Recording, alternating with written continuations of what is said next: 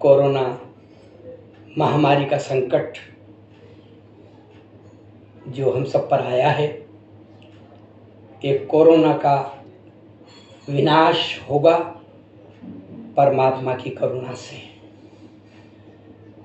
भगवान की करुणा से ही ये कोरोना दूर होगा। इस कोरोना निवारण के लिए हम सब किसी न किसी रूप में कैसे भी भगवान को याद करें। मैं आप सभी से विनम्र निवेदन करूं, हमारे यशस्वी प्रधानमंत्री परम आदरणीय श्रद्धेय मोदी जी ने जो हम सबको एक सूचनाएं दी है, जो बातें कही है, उनका हम पालन करें। लॉकडाउन का पालन करें, घर में से निकले नहीं, नियमों का पालन करें और सच्चे हृदय से, सच्चे मन से, भाव श्रद्धा से हम किसी भी रूप में, हम किसी जाति धर्म के हों, उससे कोई लेना देना नहीं है। भगवान को याद करें, छल कपट छोड़कर याद करें। एक छोटी सी कहानी आपको सुनाऊं।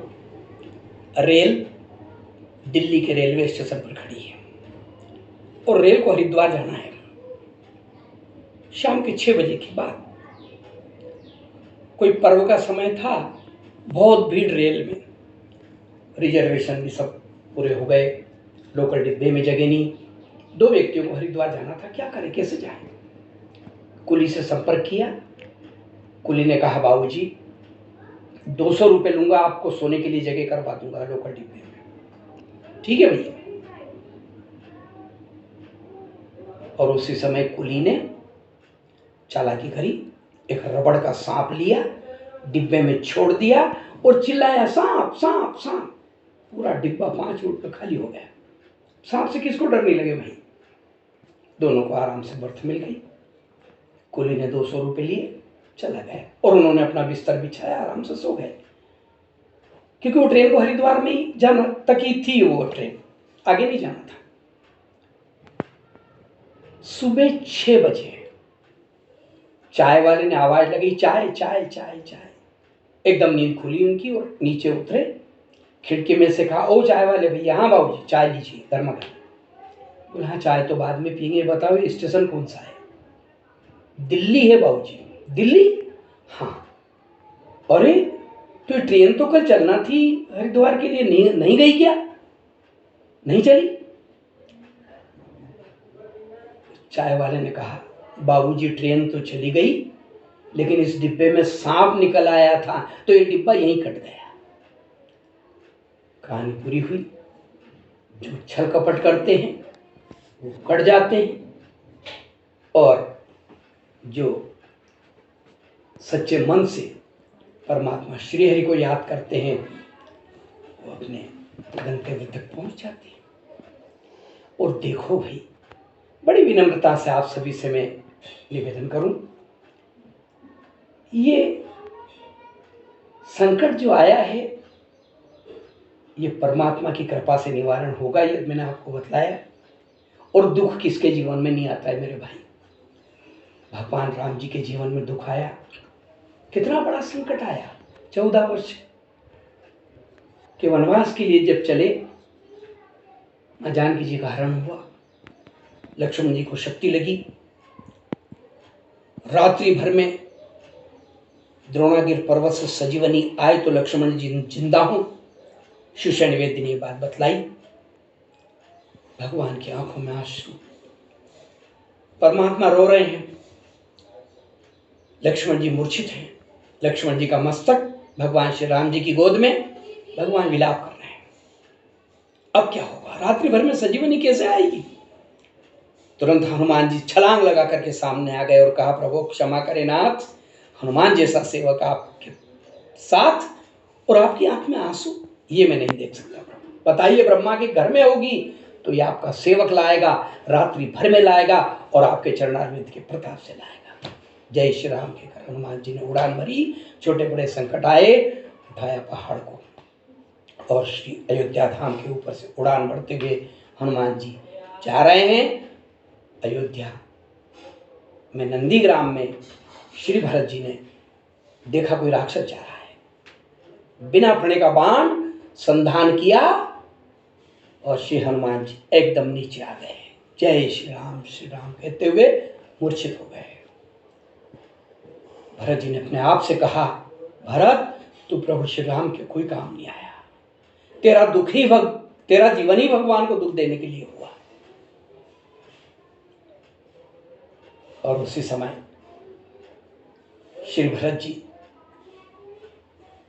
सजल नेत्र कहने लगे, मन कर्म वचन से श्री रघुनाथ जी के चरण में अगर मेरा सच्चा प्रेम है तो इस कपि की मूर्छा दूर हो जाए। बस इतना कहना था और जय श्री राम के कर हनुमान जी उठ करके खड़े हो गए। सारी बात हनुमान जी ने बताई। राम रावण में युद्ध चल रहा है, लक्ष्मण जी मूर्छित हैं, रात्रि भर में संजीवनी पहुंचना है। सारी बात अयोध्या में हवा की तरफ फैल गई, सारी अयोध्या गई। लक्ष्मण जी की पत्नी उर्मिला जी ने हनुमान जी से जब कहा, बड़ी सुंदर बात, हनुमान जी ने कहा, देवी आपके पति मूर्छित हैं, समय पर संजीवनी नहीं पहुंची तो जिंदा नहीं हो पाएंगे, और आपके चेहरे पर कोई भाव उदासी का नहीं दिख रहा है, बताएंगे आप? मैं ब्रह्मचारी हूं, गृहस्थ के बारे में क्या जानूं, फिर भी मैं आपसे पूछ रहा हूं, अविवेक हो तो क्षमा करना देवी। क्या जवाब दिया है उर्मिला जी ने? हनुमान,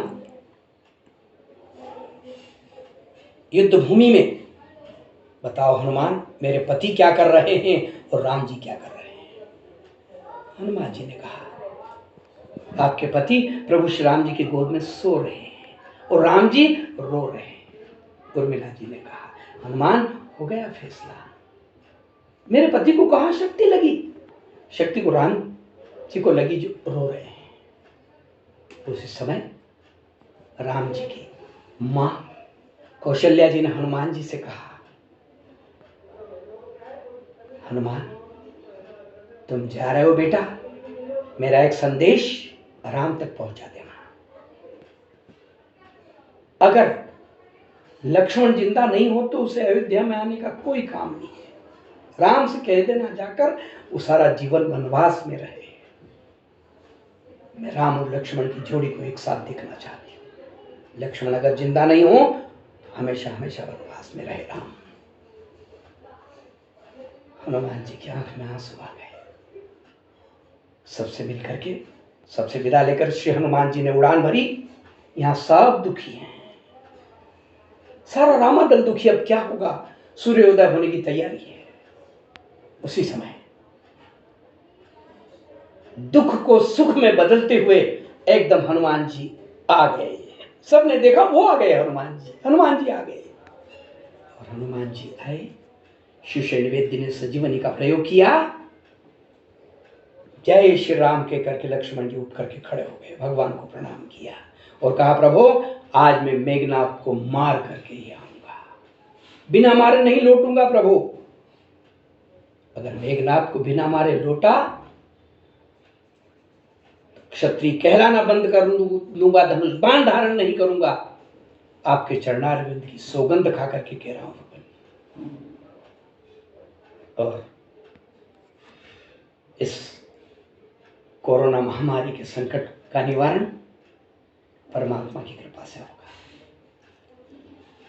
मैं आप सभी से पुनः हाथ जोड़ करके निवेदन कर रहा हूं, नियमों का पालन करें, कोरोना भागेगा। अंत में मैं एक बात और कहूं, हमारे सेना के जवान, हमारे पुलिस के भाई बहन, डॉक्टर्स, नर्सेस, सफाई कर्मचारी, मीडिया के भाई और भी अन्य जिन जिन भाइयों ने सहयोग किया, इस कोरोना महामारी में जिन्होंने सहयोग दिया, मैं हृदय से उनको प्रणाम करता हूं और भगवान से प्रार्थना करता हूं, हे परमात्मा उन सभी को और उनके परिवार को सदा सुखी रखना। संकट से बचाना। आप सभी के लिए मेरी बहुत बहुत शुभकामना, मंगल कामना। आप सभी को प्रणाम करते हुए वाणी को विराम की ओर ले जा रहा हूँ। जय श्री कृष्ण, जय श्री कृष्ण।